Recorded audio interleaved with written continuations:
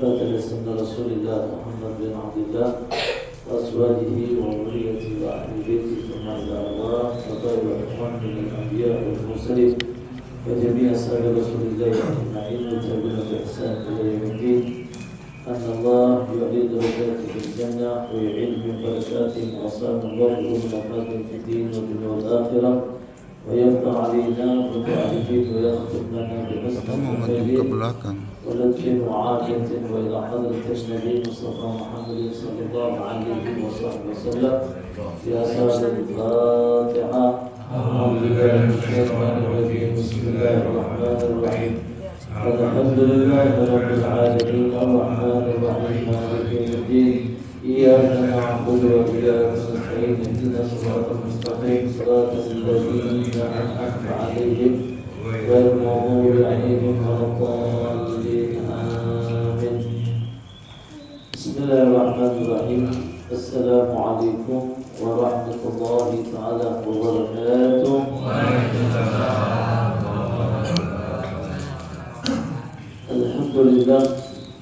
الحمد لله وشكر الله على نعم الله والصلاة والسلام على سيدنا رسول الله محمد بن عبد الله صلى الله عليه وصحبه وسلم. اللهم صل وسلم وبارك وكرم ومجد عظيم على سيدنا مولانا محمد وعلى آله وصحبه وسلم. افتح باب رحمة الله عدد ما بعلم الله صلاة وسلاما دائمين بدوام ملك الله وعلى آله وصحبه ومن والاه. سبحانك لا علم لنا إلا ما علمتنا إنك عليم الحكيم وتب علينا إنك أنت التواب الرحيم. ربي اشرح لي صدري ويسر لي أمري واحلل عقدة من لساني يفقهوا قولي.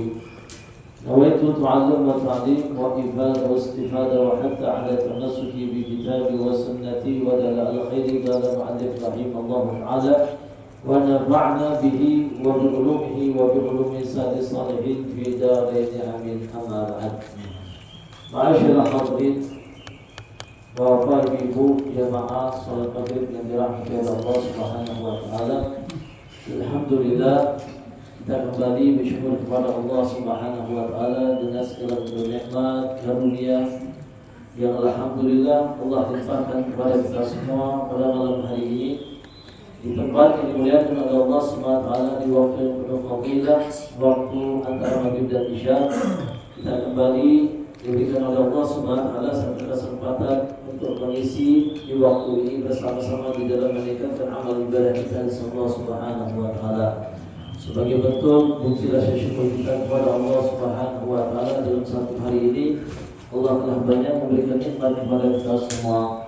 Mudah-mudahan dengan kehadiran kita pada malam hari ini dan kesempatan kembali yang Allah berikan kepada kita semua, dengan kita melaksanakan sholat maghrib secara berjamaah dan kita juga berzikir serta berdoa kepada Allah Subhanahu wa taala. Mudah-mudahan Allah Subhanahu wa taala terima amal ibadah kita pada malam hari ini dan mudah-mudahan dengan kehadiran kita di tempat ini Allah Subhanahu wa taala akan kita semua kembali dengan pandangan rahmat-Nya. Dan tidaklah kita duduk di tempat ini, mudah-mudahan Allah ampuni dosa-dosa kita serta apa yang kita hadirkan di sisi Allah Subhanahu wa taala kembali diijabah dan dikabulkan oleh Allah Subhanahu wa taala. Amin. Amin ya rabbal alamin. Salat dan salam kita aturkan kepada junjungan Nabi besar kita Muhammad sallallahu alaihi wasallam beserta para keluarganya, para sahabatnya, juga para pengikutnya hingga akhir zaman nanti. Masyaallah hadirin yang dirahmati oleh Allah Subhanahu wa taala, pada malam hari ini kita akan mengawali kajian kita sebagaimana pada malam hari ini awal pertama kali di dalam kita bermajlis terutama pada minggu yang keempat ini ataupun malam malam Selasa keempat ini kita mengawali kajian kita pada malam hari ini. Mudah-mudahan Allah SWT memberikan keberkahan kepada kita semua. Adapun pada malam hari ini saya akan membahas dan menjelaskan tentang salah satu kitab, yaitu Syarah Maraqid Ubudiyah, yaitu syarah daripada kitab Bidatul Hidayah dikarang oleh Imam Ghazali, yang mana kitab ini tidak lain menjelaskan kepada kita adanya sebuah etika ataupun adab yang perlu kita perhatikan di dalam keseharian kita. Dan tidak lain yang namanya adab ataupun akhlak ini merupakan di antara tuntunan-tuntunan daripada kesunahan daripada baginda Nabi Muhammad sallallahu alaihi wasallam. Sebagaimana kita ketahui bahwasanya kita tidak hanya sebatas melaksanakan adanya bentuk kewajiban saja, tapi perlu juga kita untuk memperhatikan hal-hal yang disunahkan oleh Rasulullah, terutama etika kita dan adab kita, baik dalam keseharian kita, bagaimana sosial kita kepada hamba yang Allah SWT, begitu juga adab dan etika kita di hadapan Allah Subhanahu wa Ta'ala. Ada salah satu riwayat di dalam hadis Nabi Muhammad SAW yang menjelaskan tentang adanya satu anjuran dan perintah untuk kita senantiasa memperhatikan daripada sunnah-sunnah Nabi dan memperhatikan adab dan etika kita. Sebagaimana dikatakan ataupun dijelaskan oleh Imam Ghazali, i'lamu annal awamirillahi ta'ala fara'id wan nawafil. Sesungguhnya di dalam perintahnya Allah Subhanahu wa Ta'ala itu terdapatlah adanya yang wajib dan juga terdapat adanya sunnah. Jadi dalam perintahnya Allah bukan hanya sebatas perintah wajib saja, tapi ada juga perintah yang sunnah. Fal fardu ra'sul mali wa huwa asl tijarah wa bi tahsul najah wa nafal wa bihi wa bi fawzun bid darajat. Di sini Imam Ghazali mengatakan adapun perkara yang fardu yang kita kerjakan, baik fardu ain ataupun fardu kifayah seperti salatnya kita, puasa wajibnya kita, itu puasa Ramadannya kita, termasuk daripada zakatnya kita, ini merupakan adalah fardu-fardu ain. Begitu juga fardu kifayah seperti kita melaksanakan sholat jenazah atau mengurusi daripada jenazah. Ini semua adalah perkara-perkara berkaitan dengan fardu ain. Di antaranya ini merupakan modal kita, ra'sul mal, merupakan modalnya kita, yang mana tidak lain modal di dalam adanya kita berniaga ataupun berdagang, yang mana tidak lain kita mengharapkan untuk bisa mendapatkan yang namanya adanya najah, keselamatan daripada dirinya kita. Adapun berkaitan dengan suatu perkara yang sunnah, ini merupakan keuntungan kata beliau, wa nafal wa wadhibun. Jadi yang namanya perkara sunnah itu disamakan kata beliau seperti keuntungan. Jadi kalau kita berdagang ada modal, yang mana modal ini kita kelola, kemudian di saat itu kita bisa mendapatkan untung, itulah yang dinamakan dengan adanya kesunahan. Jadi kalau kita sudah bisa menerapkan hal-hal berkaitan dengan yang diwajibkan, maka berusahalah kita untuk bisa menambah dengan perkara-perkara yang disunnahkan. Bola di situ kita akan mendapatkan keuntungan. Tapi kalau kita hanya melakukan suatu hal yang berkaitan dengan kewajiban saja, pertanda apa? Kita punya modal tapi tidak dapat untung, cuma balik modal saja, pertanda apa? Ya sudah, cuma hanya selamat saja tapi tidak dapat untung. Jadi di sini semua para pedagang itu pasti berharap untuk mendapatkan keuntungan. Maka keuntungan inilah yang kita harapkan. Jadi setelah kita melaksanakan adanya suatu hal yang wajib yang menyelamatkan diri kita, kemudian kita sempurnakan dengan suatu perkara yang sunnah, yang tidak lain adalah merupakan satu perkara yang menjadikan keuntungan, yang di situ nanti akan mengangkat derajat kita tinggi di sisi Allah Subhanahu wa Ta'ala. Jadi keuntungan yang kita dapatkan tidak lain tujuannya apa? Untuk bisa mengangkat derajat kita tinggi di sisi Allah Subhanahu wa Ta'ala. Maka kalau kita perhatikan, jadi dalam surga itu sendiri itu ada derajat yang Allah Subhanahu wa Ta'ala tempatkan kepada hambanya. Ada yang namanya surga Firdaus, itu derajat yang paling tinggi di sisi Allah Subhanahu wa Ta'ala yang telah tempatkan untuk hambanya tersebut. Nah di sini kalau kita perhatikan, jadi yang namanya perkara-perkara sunnah ini akan mengangkat derajat kita tinggi di sisi Allah Subhanahu wa Ta'ala. Sama kalau kita perhatikan di dalam perkara dunia saja, orang kerja di kantor ataupun masuk instansi itu ada yang namanya tingkatan-tingkatan. Ada yang mungkin masih pegawai, ada yang mungkin sudah jadi asisten, daripada bos, ada yang sudah jadi bos. Nah itu kan tingkatan-tingkatan di dalam instansi perusahaan. Begitu juga dalam instansi pemerintahan, ada kopral, ada jenderal, ada mayor. Nah itu kan kalau kita perhatikan. Nah itu juga di dalam derajat seseorang di sisi Allah Subhanahu wa taala sebagai hamba-Nya Allah, mereka juga memiliki derajat-derajat ataupun tingkatan-tingkatan. Maka oleh karena itu tidaklah kita mendapatkan tingkatan-tingkatan yang mulia di sisi Allah Subhanahu wa taala kecuali kita telah bersungguh-sungguh di dalam mengamalkan apa-apa yang disunnahkan oleh baginda Nabi kita Muhammad SAW setelah kita melaksanakan apa-apa yang telah diwajibkan oleh Allah Subhanahu wa taala. Maka oleh karena itu dalam satu riwayat hadis Nabi Muhammad SAW cukup panjang sebagaimana Allah Subhanahu wa taala bersabda melalui salah satu hadis qudsi, "Man taqarraba ilayya mutaqarribun bimithli adama afratu alaihim wa la yazalu 'abdu yataqarrab ilayya bin nawafil hatta uhibbahu. Fa idza ahbabtuhu kuntu sam'u alladhi yasma'u bihi wa basara alladhi yubsiru bihi wa lisan alladhi yantiqu bihi wa yadu alladhi yubtishu biha wa rijluhu allati yamshi biha." Di sini dikatakan bahwa sungguhnya Allah SWT mengatakan tidaklah seorang hamba yang Allah SWT akan mendapatkan adanya satu nilai kedekatan di sisi Allah SWT kecuali dengan adanya dia menunaikan daripada apa-apa yang telah difardukan oleh Allah SWT untuk dirinya. Bertanda orang itu bisa dekat dengan Allah, bisa selamat di sisi Allah SWT ketika dia telah bisa menjalankan apa-apa yang telah diwajibkan oleh Allah SWT untuk dirinya. Baik perkara yang diwajibkan untuk ditinggalkan, begitu juga perkara yang diwajibkan untuk dikerjakan. Itu hendaknya dia senantiasa bisa melaksanakan hal tersebut sehingga dia mendapatkan adanya kedekatan dirinya kepada Allah Subhanahu wa taala. Kemudian wala yazal 'abdu yataqarrab ilayya bin nawafil hatta uhibbahu. Dan senantiasa seorang hamba yang Allah Subhanahu wa taala di saat dia setelah mendekatkan dirinya kepada Allah dengan perkara yang wajib, kemudian dia senantiasa menambah dengan perkara sunnah sehingga Allah Subhanahu wa taala cinta kepada ini hamba.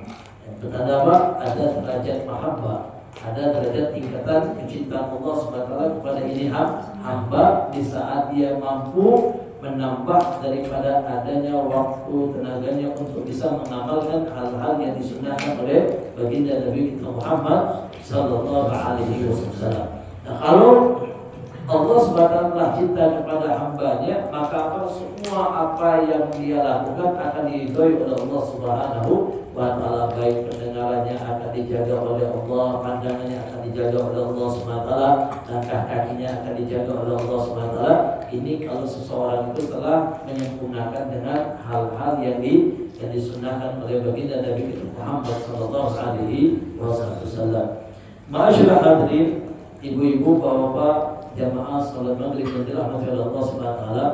Maka Imam Ghazali beliau mengatakan wala tasilu ayyuha talib ila qiyami awliya ta'ala ila muraqabah qalbi wal jawarih fi lahdatika wa anfusika min hini tusbih wa hina tumsi.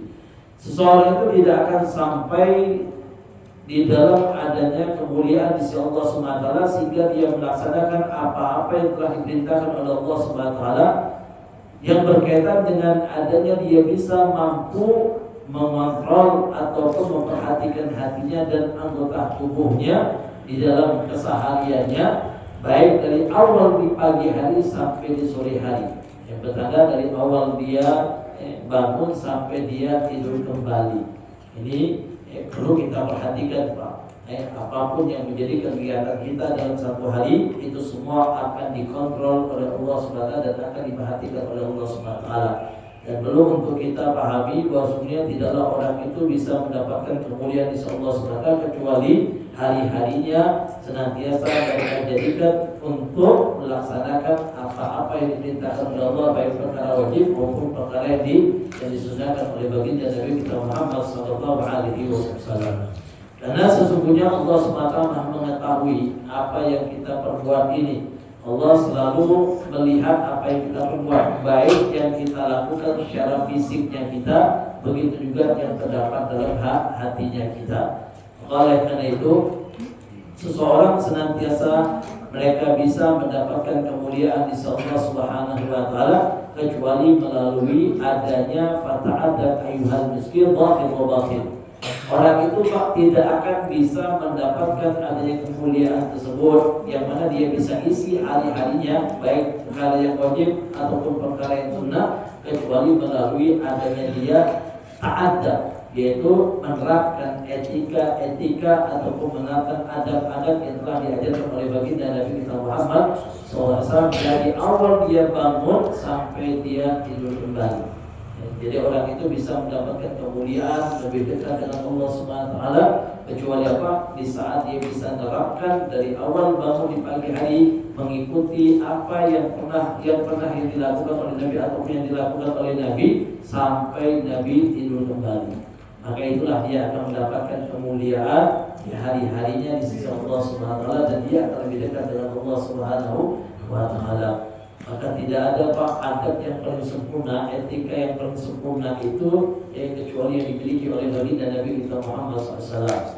Dan tidaklah Nabi memiliki adab yang sempurna ataupun etika yang sempurna, itu semua sumbernya dari Allah Subhanahu wa taala. Maka dikatakan adab min Rabbi fa ahsana ta'dibi. Aku ini punya etika, yang mana etika yang aku miliki ini adalah etika yang diajarkan oleh Allah Subhanahu wa taala. Adab min Rabbi fa ahsana ta'dibi, dan sebaik-baiknya etika dan sebaik-baiknya adab. Dan orang itu Pak mulia di sisi Allah Subhanahu wa taala bukan hanya karena disebabkan ilmunya saja, tapi apa? Karena etika adab yang mereka miliki. Apalagi kalau kita perhatikan zaman sekarang ini Pak, majunya teknologi malah kadang mundurnya daripada etika dan adab. Bukan majunya teknologi, malah kita lebih baik adab. Malah kalau kita perhatikan majunya teknologi, malah orang sekarang terkikis yang namanya etika dan adab. Dan ketahuilah seseorang itu selamat nanti di yaumil qiyamah bukan karena disebabkan banyak ilmunya. Kita sekarang kalau untuk mendapatkan ilmu banyak sekarang ini mudah caranya untuk kita mendapatkan ilmu. Tinggal buka yang namanya Google, itu semua kita akan cari ada semua. Tinggal tanya dengan Mbah Google. Bahasanya tinggal tanya dengan Mbah Google, ada semua. Mau cari ilmu apapun ada, mau cari ilmu agama ada, cari ilmu dunia juga ada. Tapi yang menjadi suatu hal yang perlu kita perhatikan, orang itu selamat nanti dia meninggal bukan karena disebabkan hanya sebatas memiliki ilmu, tapi apa? Adab yang menyelamatkan seorang itu di sisi Allah Subhanahu wa taala. Maka kalau kita perhatikan ilmu itu tidak akan mendapatkan keberkahan kalau tidak didasari dengan adanya sebuah adab. Maka sebagaimana dikatakan orang punya ilmu tapi tidak punya adab sama sebagaimana pohon tidak ada buahnya sama sekali. Orang punya ilmu tapi tidak punya adab sama sebagaimana dia punya pohon tapi apa? Tidak ada buahnya. Berarti tidak ada manfaatnya sama sekali. Kalau kita perhatikan sebagaimana Imam Malik, beliau menyarankan kepada kita ta'allum adab agar ta'allum ilmi. Kata Imam Malik, Imam Malik bin Anas guru daripada Imam Syafi'i, beliau katakan belajarlah adab dahulu sebelum kalian mempelajari yang namanya ilmu. Maksudnya apa? Kalau bisa ilmu yang kita miliki dibarengi dengan adab. Walaupun kita tahu kita sudah banyak mengetahui hal-hal berkaitan dengan ilmu, baik ilmu dunia maupun akhirat, maka apa perlu untuk kita dasari yang namanya adab. Malah dikatakan oleh Imam Malik, hendaknya kita senantiasa perhatikan yang namanya adab, etika tingkah laku kita sebelum kita memiliki yang namanya ilmu. Sebelum kita memiliki ilmu, maka sebagian bil adab tufhamul ilmi, karena dengan adab itulah kita akan bisa memahami yang namanya ilmu. Karena dengan adab itulah kita bisa memahami yang namanya ilmu. Kadang ada orang ilmu banyak Pak, tapi etika nggak ada, adab nggak ada, maka percuma sama sekali. Syekh Abdul Qadir Jailani beliau mengatakan, aku lebih memuliakan orang yang memiliki adab dibanding orang yang hanya memiliki ilmu. Kalau hanya orang itu memiliki ilmu tanpa adab, apa bedanya dengan iblis? Apa bedanya dengan iblis? Iblis itu Pak berilmu, iblis itu berilmu ya, tapi dia tidak punya adab. Iblis itu berilmu tapi dia tidak punya adab. Kalau kita perhatikan, iblis itu bukan bodoh, dia berilmu, alim. Kalau kita ukur akan perintahnya Allah Subhanahu wa taala, Allah perintahkan kepada iblis dan malaikat untuk sujud kepada Adam, kan karena kesalahan iblis itu cuma satu saja, tidak mau sujud kepada Adam. Ini kalau kita ukur dengan keilmuan, itu bisa masuk di dalam adanya akalnya kita. Kalau kita ukur yang namanya perintah tersebut melalui akalnya kita bisa masuk. Iblis ketika diperintahkan untuk sujud kepada Adam, iblis ketika diperintahkan sujud kepada Adam, iblis menolak. Kalau kita ukur dengan ilmu wajar, iblis gak mau sujud kepada manusia, dia mau sujudnya kepada Allah Subhanahu wa taala. Kira-kira masuk di akal atau tidak, Pak? Masuk di akal. Sampai sekarang ini gak ada kita diperintahkan sujud kepada manusia. Kita sujudnya kepada siapa? Allah Subhanahu wa taala. Ini kalau kita ukur pakai ilmu. Lalu kemudian kita ukur lagi pakai ilmu. Sekarang ini yang diciptakan dahulu iblis dulu atau Adam dulu, Pak? Nah, iblis dulu baru Adam. Sekarang kalau kita hormat dahulu kepada kakak yang adik, hormat kepada kakak, atau kakak yang hormat kepada adik? Adik hormat kepada kakak. Mestinya kan Adam yang harus hormat kepada iblis, bukan iblis yang hormat kepada Adam. Nah, begitu. Itu ukuran pakai ilmu. Iblis mengukurnya pakai ilmu dia. Jadi kemudian dilihat lagi ciptaannya. Iblis diciptakan dari api, Adam dari tanah. Kira-kira kuatan tanah apa api? Kuatan api lebih kuat daripada tanah. Maka iblis itu mengukur dengan ilmu tapi tidak dengan adab. Kalau pakai ilmu wajar, iblis benar kalau pakai ilmu. Tapi Allah SWT mengajarkan kepada iblis, orang itu tidak hanya memiliki ilmu tapi harus memiliki adab. Jangan dilihat daripada keilmuan, tapi lihatlah perintahnya. Siapa yang memerintahkan ketika itu? Allah Subhanahu wa taala yang menciptakan daripada dirinya. Maka kalau sudah Allah cipta, Allah perintahkan kepada hambanya, maka tidak boleh kita menolak sama sekali. Ati Allah wa ati Rasul. Taat kepada Allah dan Rasul. Maka hilangkan yang namanya adanya keilmuan kita. Adablah kita dahulukan, etikalah yang kita dahulukan ketika itu, tidak diukur dengan adanya sebuah ilmu. Maka kalau misalnya kita mengukur semuanya dengan ilmu, maka akan timbul yang namanya kehancuran. Contoh sekarang ini, Pak, maaf ini satu kisah saja, contoh saja. Karena saudara-saudara kita yang berada di instansi pemerintahan, DPR, MPR, mereka itu, Pak, bukannya orang bodoh. Mereka itu semuanya belajar.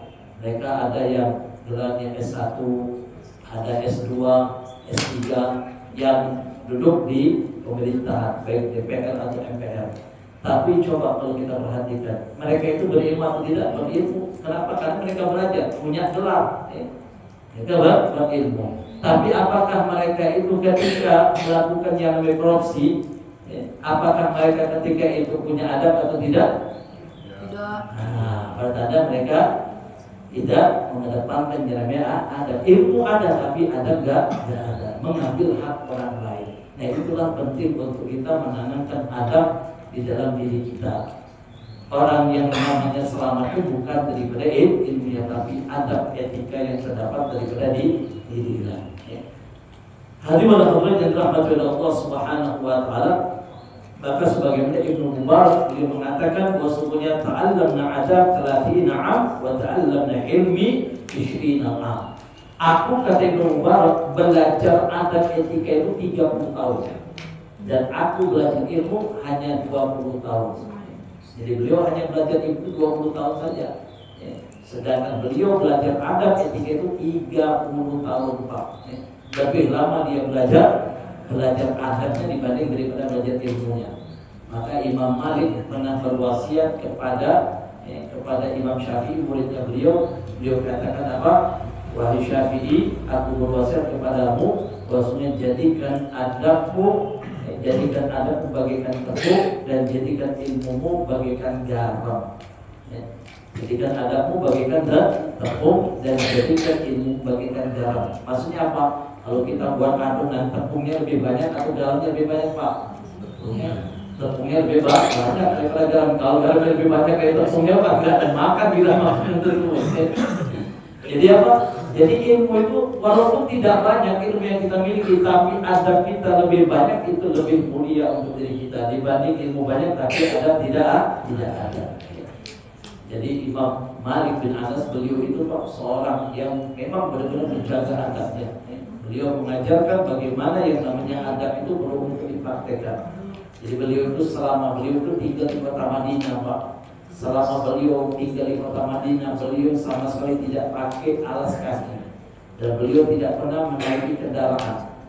Beliau khawatir takut nanti telapak kakinya ataupun telapak kaki hewan itu menginjak daripada bekas telapak kaki yang ada di kota Madinah yang dikhawatirkan terdapat daripada bekas telapak kaki bagi Nabi kita Muhammad SAW. Karena kota Madinah itu kota yang mana di situ, yang mana Nabi Muhammad SAW hari-harinya berada di sana, sehingga beliau menjaga adat tersebut, yang mana tidak lain beliau tidak mau pakai alas kaki, khawatir takut nanti tapak kakinya lebih tinggi ataupun menginjak di atas tapak kaki daripada bekas baginda Nabi kita Muhammad SAW. Ini adab daripada Imam Malik. Maka oleh itu beliau menjadi orang yang mulia, yang hebat, cetus daripada mazhab Maliki. Dan sehingga beliau itu dikatakan kalau beliau itu mengajar, Pak, beliau itu mengajar ketika di majelis, beliau itu memakai pakaian yang sangat rapi, bersih. Sebelum mengajar beliau berwudu pakai minyak wangi, beliau sisir jenggotnya beliau rapikan jenggotnya beliau. Kenapa? Ini salah satu adab yang beliau tunjukkan karena akan membaca daripada kalimat yang mana di situ adalah kalimat baginda Nabi kita Muhammad SAW. Karena beliau ini mengajar hadis Nabi. Ada kitab yang dikarang oleh beliau, kitab Al-Muwatta, kitab hadis itu karangan beliau. Jadi beliau itu kalau sudah mengajar kitab hadis itu, beliau dalam kondisi yang benar-benar siap, rapi, bersih. Ketika itu beliau memuliakan daripada ucapan baginda Nabi Muhammad SAW. Ini adab daripada Imam Malik. Maka wajar Allah angkat derajatnya mulia di Allah Subhanahu wa Ta'ala.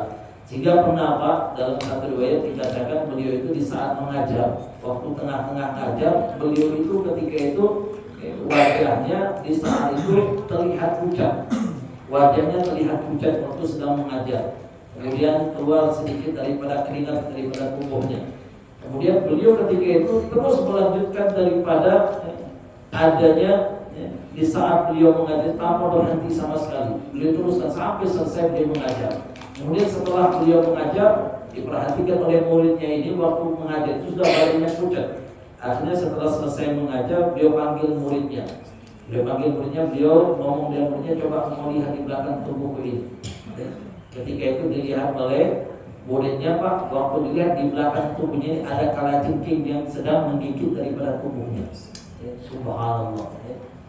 Jadi kalau kita perhatikan selama beliau mengajar itu dalam kondisi digigit oleh kalajengking, beliau tidak sama sekali memberhentikan daripada di saat beliau mengajar. Kenapa? Karena memuliakan daripada adanya hadis baginda Nabi kita Muhammad SAW. Ini adab daripada para salafun saleh, para orang terdahulu. Mereka itu memang sebagaimana adab itu memang di atas daripada segalanya, di atas daripada ilmu. Maka oleh karena itu, sebagaimana kalau kita perhatikan bahwasanya apalagi di zaman kita sekarang ini, di zaman Makhlad ibn Husain, beliau mengatakan nahnu ila kathir minal adab akhwat minna ila kathir minal hadith. Kata beliau, di zaman kami Makhlad ibn Husain, beliau katakan salafun saleh, di zaman kami ini sebenarnya adab itu lebih utama yang harus kami perhatikan, yang harus kami pelajari daripada ilmu yang ada di saat ini. Itu di zamannya Makhlad ibn Husain, Pak. Zamannya salafun saleh dahulu. Nah, apalagi di zaman kita sekarang ini, kalau kita perhatikan zaman kita sekarang ini lebih-lebih lagi yang namanya etika dan adab itu perlu untuk kita perhatikan. Kalau zaman dahulu saja mereka orang-orang salafun saleh itu saja lebih mengutamakan daripada adab dan etika, apalagi zaman kita sekarang ini. Maka ada salah satu doa yang diajarkan oleh baginda Nabi kita Muhammad SAW. Nabi katakan, Allahumma inni a'udzubika min makrahil akhlaq wa amali wa akhlaq. Salah satu doanya Nabi kita Muhammad SAW, Nabi selalu berdoa kepada Allah, ya Allah, sesungguhnya aku berlindung daripadamu, daripada adanya akhlak-akhlak ataupun etika-etika ataupun adat yang tidak baik, dan aku berlindung daripada perbuatan yang tidak baik, begitu juga hawa nafsu. Jadi kita minta kepada Allah subhanahu ya Allah, kalau bisa selalu diperbaiki daripada etika dan akhlak yang terdapat daripada dirinya kita. Apalagi kita berharap mudah-mudahan generasi-generasi kita kedepannya semuanya berakhlak dan etika. Karena zaman sekarang ini pendidikan yang di luar sudah mulai terkikis yang namanya adab dan akhlak. Apalagi kalau kita lihat di akhir zaman ini banyak anak-anak yang durhaka dengan orang tuanya. Belum lagi kalau kita perhatikan orang-orang yang berpendidikan juga tidak punya etika dan akhlaknya. Maka apa lambat kalau kita tidak mengetahuinya dan tidak kita amalkan, maka akan terjadi yang namanya kehancuran yang terdapat di tengah-tengah kehidupan kita. Nauzubillah min dzalik. Hadirin hadirat yang dirahmati Allah Subhanahu wa taala. Maka sebagaimana kalau kita perhatikan seseorang yang memiliki ilmu tanpa dengan adanya adab, sama sebagaimana anak kecil yang menggunakan pedang. Kalau dia punya ilmu tanpa memiliki adab, sama sebagaimana anak kecil yang menggunakan pedang. Kalau anak kecil menggunakan pedang, Pak, yang ada bukan menjadi keselamatan untuk dia, malah akan membahayakan daripada dirinya. Orang punya ilmu tanpa memiliki adab, maka apa bisa membahayakan daripada dirinya sendiri. Maka perlu untuk kita tanamkan adab, termasuk daripada anak-anak kita. Maka insya Allah nanti saya akan menjelaskan tentang perihal adab dari awal kita bangun tidur sampai kita tidur kembali. Sebagaimana yang telah diajarkan oleh baginda Nabi kita Muhammad Sallallahu Alaihi Wasallam. Begitu juga senantiasa hendaknya kita memiliki adab ini merupakan keselamatan. Wa baina yadillahi ta'ala ta'addadu 'abdu dalil muslim fil hadaril malik al-jabbar wa qahr. Jadi hendaknya kita memiliki adab baik secara zahir maupun batinnya kita di hadapan Allah SWT, terutama yang mana kita merendahkan diri kita mengakui dan menghinakan diri kita dengan dosa-dosa yang sudah kita perbuat di hadapan Allah Subhanahu wa taala, dan berusaha untuk selalu kita senantiasa dilihat oleh Allah Subhanahu wa taala dengan apa-apa yang diperintahkan oleh Allah untuk selalu kita kerjakan, dan kita selalu berusaha untuk menjauhi larangan Allah Subhanahu wa taala, karena ini juga merupakan adab yang harus kita tampakkan di hadapan Allah Subhanahu wa taala. Karena kita tahu bahwa Allah Subhanahu wa taala senantiasa selalu memberikan berbagai macam nikmat kepada kita. Kemudian bagaimana adab dan etika kita di hadapan Allah Subhanahu wa taala. Sebagaimana juga dikatakan wa ta'awadu min sabahika ila masaika fadla ila ma yarfa ilaika min awamillah ta'ala ika min hini istayqad min amalika ila waqad rujuika ila mutajihi. Jadi yang namanya adab dan etika ini perlu diamalkan dari awal kita bangun tidur sampai tidur kembali. Kenapa? Karena inilah yang menjadi keseharian kita. Ini merupakan keseharian kita. Jadi Nabi kita Muhammad SAW itu sudah mengajarkan kepada kita secara detail. Dari awal kita bangun tidur sudah ada adabnya, sudah ada etikanya. Sampai nanti keseharian kita, sampai kita tidur kembali ada adab dan etikanya. Nah, kalau kita bisa mengamalkan daripada etika-etika ini, kalau bisa kita mengamalkan adab ini, maka kita akan menjadi orang yang mulia di sisi Allah SWT. Sebagaimana telah dinyatakan dalam hadis tadi, kalau kita kepengen kita menjadi hamba yang dicintai oleh Allah, dapat kedudukan tinggi, maka apa? Tidak hanya sebatas kita mengamalkan perkara yang wajib saja, coba kita berusaha untuk bisa menghidupkan kembali daripada adab, sunnah dan etika baginda Nabi kita Muhammad Sallallahu Alaihi Wasallam. Ma'asyiral hadirin rahmati Allah Subhanahu wa taala. Sebagaimana juga dikatakan bahwa sungguhnya berkaitan dengan adab dan etika, Allah Subhanahu wa taala telah jelaskan kepada kita, wa ibadur rahman alladzi yamshuna ala ardi haunan idza khata mujahiduna qalu salama. Allah SWT katakan dalam surah Al-Furqan. Nah, di sini Allah memberitahu kepada kita wa ibadur rahman, mereka hamba-hamba yang mendapatkan kasih sayang. Mereka hamba-hamba yang memiliki sifat kasih sayang dan mendapatkan kasih sayang, yang mana mereka itu alladzi yamshuna 'alal haudi hauna. Mereka berjalan di muka bumi Allah SWT dengan kerendahan hati. Itu adalah ciri hamba-hamba yang mendapatkan kasih sayang dari Allah SWT, yang mana mereka berjalan di muka bumi Allah SWT dengan adanya rendah hati. Bertanda apa? Memiliki yang namanya adab dan etika. Jadi Allah SWT memuji daripada hamba tersebut. Mereka berjalan di muka bumi Allah SWT dalam kondisi keadaan yang mana mereka itu memiliki sifat rendah hati. Wa idza khatama jahiluna qalu salama. Kalau mereka bertemu dengan orang-orang yang mana akan berbuat jahat kepada mereka ataupun ingin berdebat dengan mereka, dan orang-orang itu adalah orang yang jahil, orang yang bodoh, maka mereka tidak anggap orang tersebut ataupun mereka cueki orang tersebut tanpa harus mereka melawannya. Nah, ini adalah sifat-sifat adab yang perlu kita perhatikan. Jadi tidak perlu kita menghabiskan waktu kita kepada hal yang sia-sia. Jadi hendaknya kita hidupkan bagaimana di dalam adanya kita mengerjakan hal-hal yang wajib dan berusaha untuk kita menghidupkan daripada adab dan etika atau akhlak kita di dalam kita menghidupkan daripada sunnah baginda Nabi kita Muhammad sallallahu alaihi wasallam. Hadirin hadirat yang dirahmati Allah Subhanahu wa taala, maka di dalam kitab ini, di dalam kitab Baratul Ubudiyah ini menjelaskan tentang adanya beberapa adab. Apalagi di akhir zaman, sebagaimana kalau kita perhatikan ada satu riwayat hadis Nabi Muhammad SAW, Nabi katakan, "Man ahya sunnati indal fasadil ummati walahu mi'atul syahidah."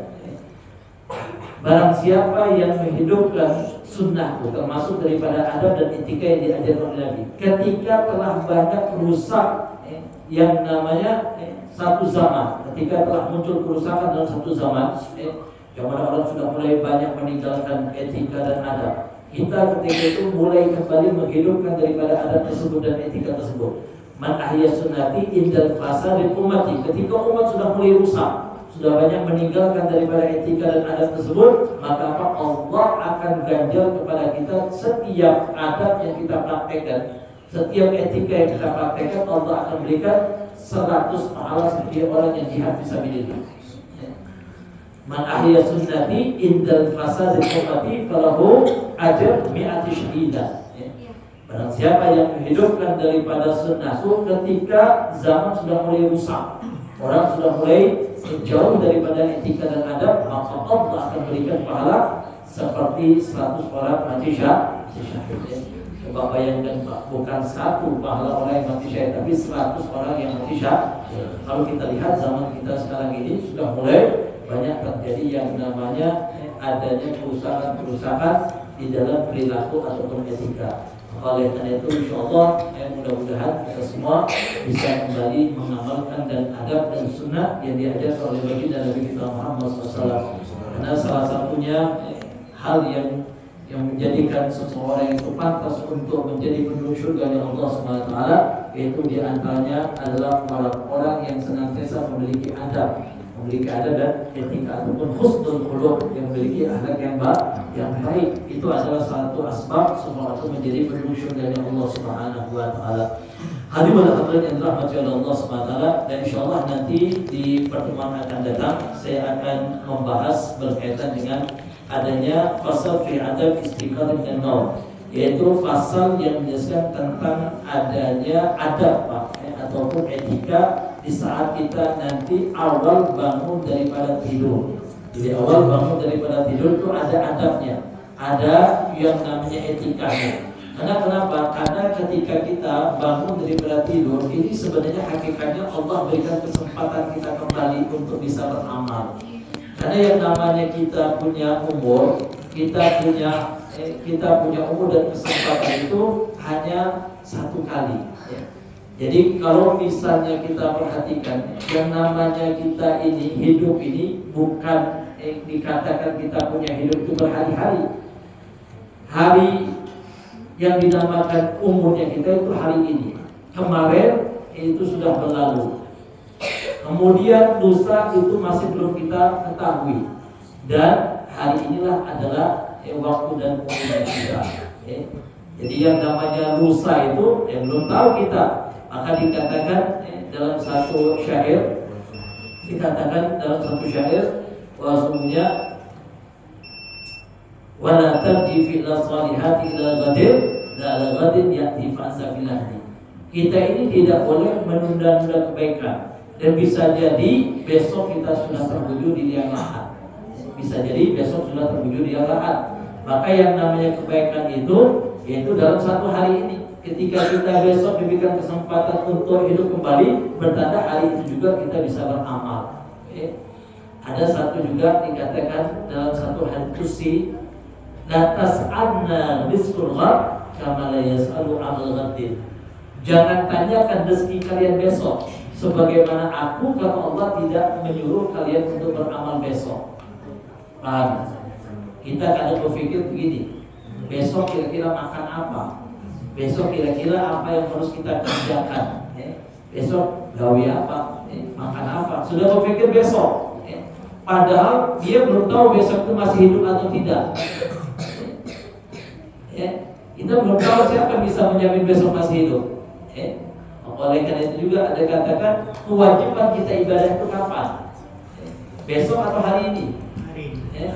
Hari ini, besok itu belum ada kewajiban. Kalau ditanya besok kita ada kewajiban sholat subuh atau tidak? Belum ada kewajiban. Besok ada kewajiban kita sholat zuhur? Belum ada kewajiban. Kenapa? Kalau kita besok hidup baru bisa kita laksanakan sholat subuh, sholat zuhur. Kalau kita meninggal, siapa yang mengerjakan sholat subuh dan zuhur? Bukan kita, orang lain. Jadi jangan tanyakan bagaimana rezeki kita besok, sebagaimana Allah tidak menyuruh kita beramal besok. Maka kesempatan-kesempatan inilah yang dalam satu hari ini kita gunakan dengan sebaik-baiknya. Ketika Allah berikan kita kesempatan hidup di pagi hari, apa yang harus kita lakukan? Ada sunnah Nabi, perkara yang wajib itu yang perlu kita perhatikan dalam satu hari yang kita bisa kerjakan. InsyaAllah mudah-mudahan di pertemuan akan datang, InsyaAllah kita akan kembali memperbaiki daripada kondisi keadaan diri kita, terutama berkaitan dengan perintah-perintah dari Allah SWT. Mudah-mudahan kita semua mendapatkan kemuliaan di Allah SWT dan cinta Allah SWT dengan kita kembali bisa menghidupkan daripada sunnah-sunnah baginda Nabi kita Muhammad SAW. Mudah-mudahan Allah SWT berkahi daripada waktunya kita, Allah berkahi umurnya kita, Allah SWT berkahi harta dan keluarga kita semua. Kita doakan bagi jemaah yang sakit, mudah-mudahan Allah SWT sembuhkan penyakitnya. Bagi yang punya hajat, mudah-mudahan hajatnya senantiasa dikabulkan oleh Allah Subhanahu wa taala. Amin. Amin ya rabbal alamin. الفاتحة بالقبول والتمام لصباح وفاتنا ويفتح علينا المتعلقين ويغفر لنا بحسنى بخير ولطف وعافية وإلى حضرة النبي مصطفى محمد صلى الله عليه وصحبه وسلم بأسرار الفاتحة. أعوذ بالله من الشيطان الرجيم. بسم الله الرحمن الرحيم. الحمد لله رب العالمين الرحمن الرحيم مالك يوم الدين إياك نعبد وإياك نستعين اهدنا الصراط المستقيم صراط الذين أنعمت عليهم غير المغضوب عليهم ولا الضالين. بسم الله الرحمن الرحيم. الحمد لله رب العالمين. اللهم صل وسلم على سيدنا محمد وعلى آله سيدنا مولانا محمد.